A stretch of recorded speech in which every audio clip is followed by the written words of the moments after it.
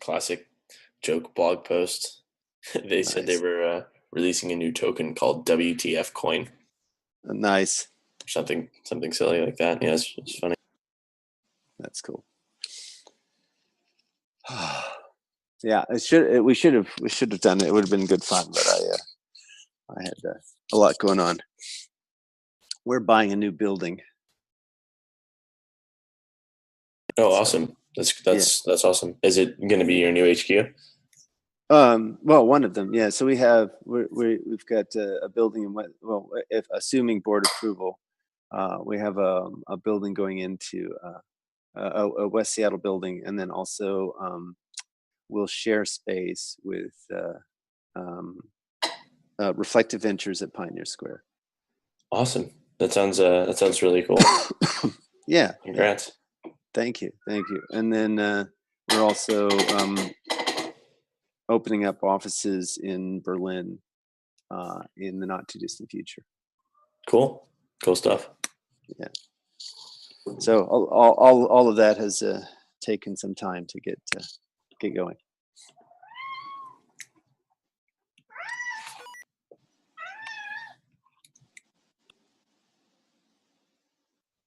So who wants to give updates? I have some minor stuff. I'm happy to go. Okay. So, spent some time this week working on the curriculum for the CBC Casper course. So pretty much just making like a curriculum outline and starting to outline homework assignments and stuff. And something cohesive is starting to come together-ish. So yeah, looking forward to like finishing that and getting something out. I think it'll be a great resource, hopefully.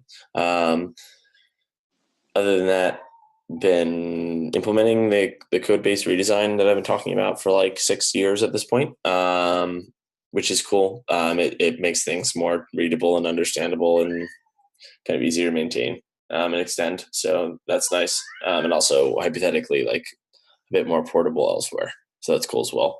And then there's one more thing. Yeah, was like kind of spent some time thinking about shard movements and figured out or have some thoughts on like interesting ideas on how to move shards in kind of like big sweeping ways. So pretty much the general idea is that previously we were only able to move shards one height at a time. So like, we could go from like shard, a parent with two children to like, a grandparent, then a parent, then a child, for example. But pretty much in all of these movements, we can only move shards a single height at one time. And the idea there is that the reason we can do that is because we only merge shards at one height or, a one height differential at one time. And so pretty much like if we allow merge blocks to be a bit more dynamic, let's say, then kind of what they're merging, then we can kind of move shards much more dramatically, which is kind of interesting and fun. But anyways, that's it for me. Cool. Kent, Michael, you guys got anything? So we were working on the multiple parent scoring function / rewards, and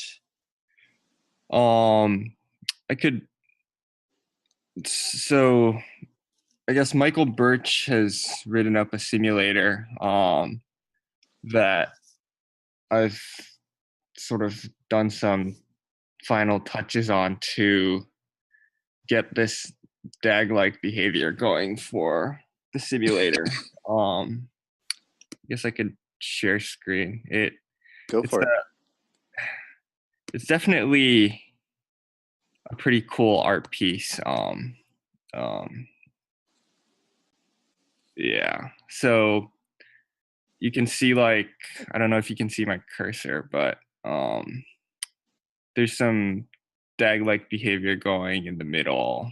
And so basically the key points for obtaining this is we have to make sure that there's enough I guess range in the generator so that there's no conflicting transactions as we go down the I guess down the chain, so to speak. And so okay, to back up a bit, Yeah, why don't you describe what we're looking at?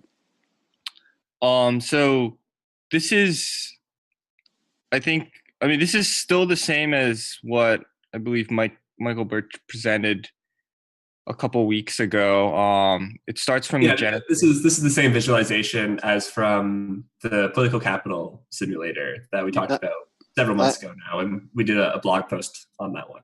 I understand, but the point is that people coming to this like new, they might not have that reference point. Fair. Yeah. Sure. So Ken, if you can go ahead with the discussion. Yeah, cool. So it starts with this blue Genesis block, and then each circle is a new block, and each circle has a color, and that color represents one validator. And the red arrows are so-called the main DAG, and the rest are black, which means that they've been sort of they've been put off the main DAG.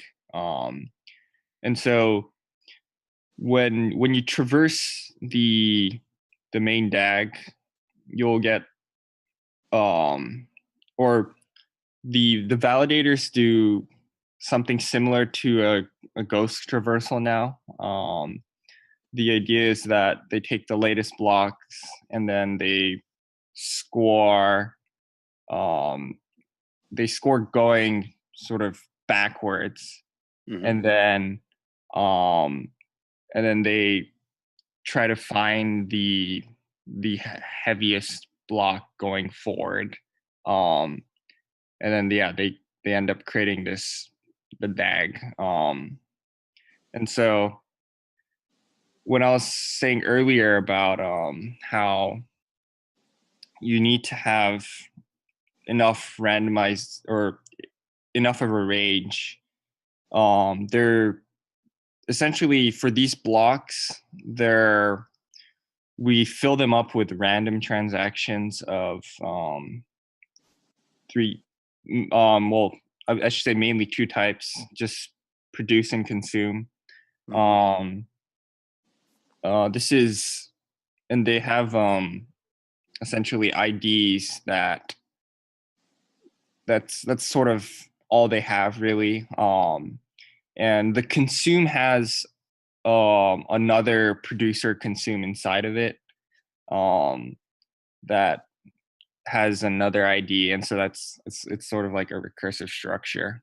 But the idea is that each block is filled with these, and it can only create merges with blocks or chains that don't have the same ID resource.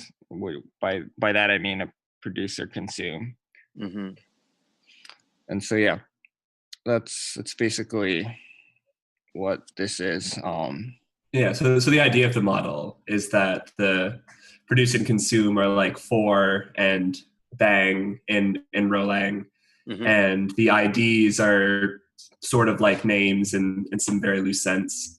And so the idea is that blocks are conflicting if they're trying to perform transactions on the same set of names, but the transactions are different, right? So we're basically talking about choosing winners of the race. Yeah, exactly. And so what Kent pointed out was that in my original code base, there weren't very many different names, and so conflicts happened all the time. And Kent, and so originally I had just a uniform distribution of randomly generated transactions. So any name could have been picked with equal likelihood. Kent astutely pointed out that that was probably not very realistic and a limitation of the simulation, and so he changed it to an exponential distribution, which does seem much more realistic, and so that gives rise to a greater range of these names, and also means that situations where you don't have collisions occur more frequently, and so you get more of a DAG-like behavior, which is quite nice. Nice, very nice. Very nice indeed. I should also mention that in this picture, the size of the circles is proportional to the number of transactions that they have. And so you can see that the blocks are actually reasonably uniform with some small variations, but it's generally pretty good. And I think that's a nice feature as well, is that transactions are sort of going into blocks at a steady rate, which is nice. They're also being produced at a steady rate, mind you, so that could be an artifact, but it looks like you've only got a handful of validators, like there are three, because there's three different colors. But you can run the simulator with as many validators as you'd like. I think we've run it with more before, haven't we, Kent? Yeah. I've done up to like 10 or something. It's pretty fun. After a while, it becomes kind of chaotic, Yeah, so the visualizations are nice for getting some intuition, but there's some quantitative measurements that we want to take on these sorts of DAGs, and those are much more reliable when you get up to more validator sets. It's like Kent says, the visualizations become a little bit difficult to parse. Yeah, well, I'm having a hard time seeing the main chain as it gets larger. So yeah, it'd be kind of interesting to try to build up a message flow diagram as well, or even just stack these so that you can see, like here's the usual ping pong diagram, so you can see the validator participation that way, the validator's view of history. Yeah, so I guess the other point about this is a global view. This is everything. But yeah, you could definitely generate pictures for individual views as well. That's all in the back end of the simulation. We could expose some of that stuff for sure. Yeah, that's cool. That's really nice. That's very, very nice. Well, I confess I have not had much I don't have much to add. I'm still quite intrigued by this quantum consensus stuff, and so apparently it looks like Prakash Panagod's original W state result was wrong, and Andrew Norton has come up with this. So Prakash Panagod proposed a anonymous leader election solution, and said that it had to be done with a W-like state. And then Andrew Norton has recently shown that you can do it with with states that are not W-like. And we can talk about what that means in terms of this state structure in terms of the number of qubits. But what's interesting is that you do get you do get an exact solution for anonymous leader election, which is not possible in the classical setting. So that's kind of intriguing to me, and that's why I'm kind of going a little deeper on this to understand exactly what's going on, because it would be really nice if we could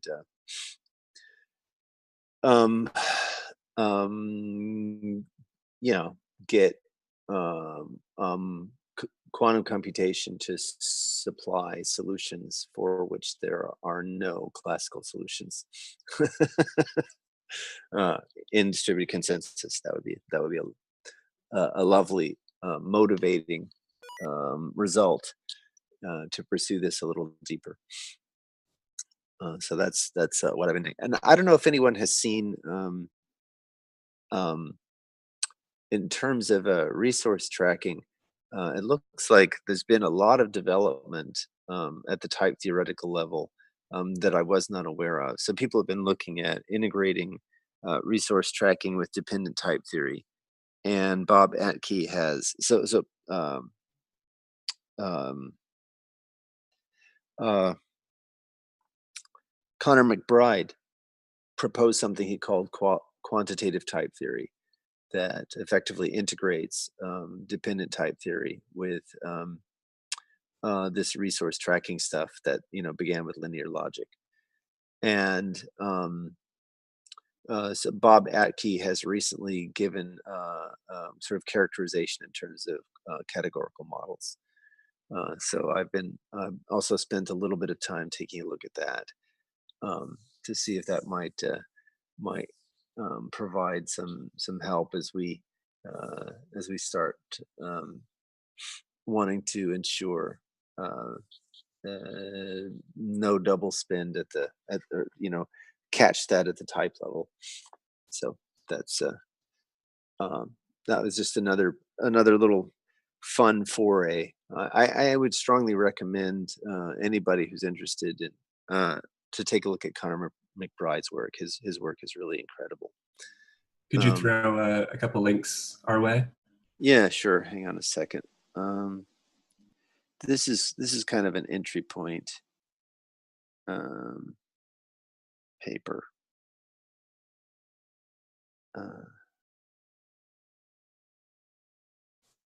All right, so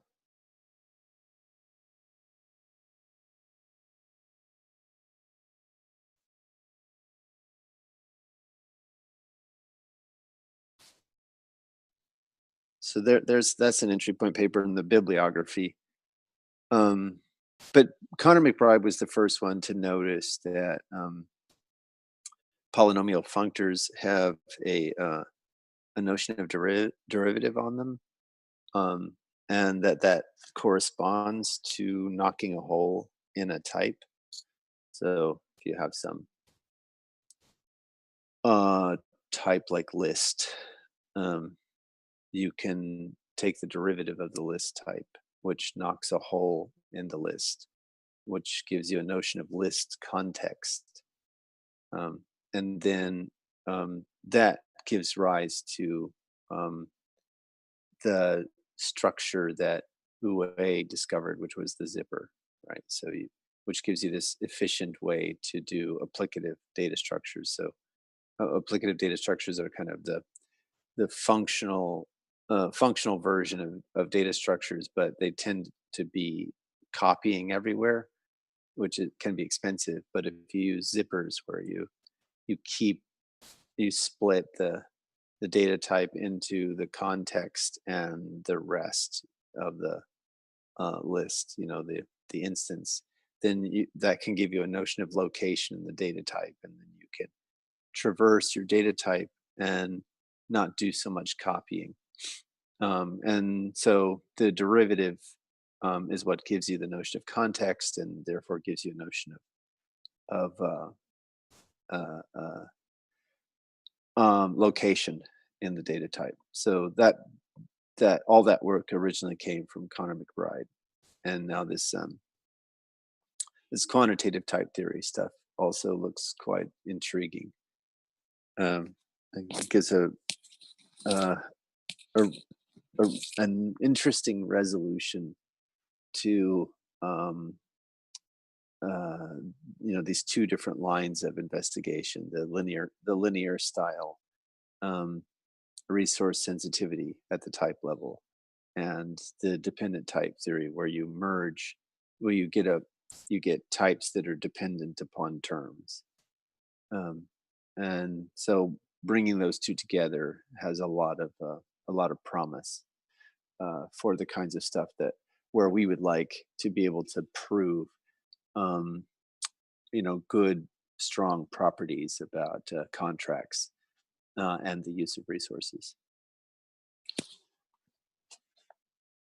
Anyway, it's not exactly Casper, but it's still fun stuff. Cool That's stuff. my that's my update. All right. Unless there's anything else, I guess we can yield back some time. Sounds good. All right. Thanks, guys. Thanks. Ciao. Bye bye. Okay.